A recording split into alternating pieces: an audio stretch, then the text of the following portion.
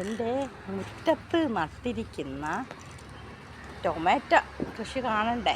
എന്താ മുറ്റമാണ്, മുറ്റത്ത് ചേർത്ത് നട്ടിരിക്കുന്ന ടൊമാറ്റോ. അപ്പം ഇതിന് വലിയ വളമൊന്നും വേണ്ട. നമ്മുടെ ഇതിൻ്റെ പിന്നെ വേസ്റ്റുകളോ പിന്നെ ഇത് കരിയില, ചാമ്പലോ, ചാണകമോ എന്തെങ്കിലുമൊക്കെ പൊടികളൊക്കെ ഇങ്ങോട്ട് ഇട്ട് കൊടുത്താൽ മതി.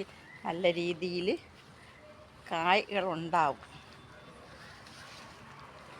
കണ്ടോ പഴുത്തൊക്കെ നിൽക്കുന്നുണ്ട് ടൊമാറ്റോ. നാടൻ ടൊമാറ്റോയാണത്. നല്ല രീതിയിൽ വിളവ് കിട്ടും.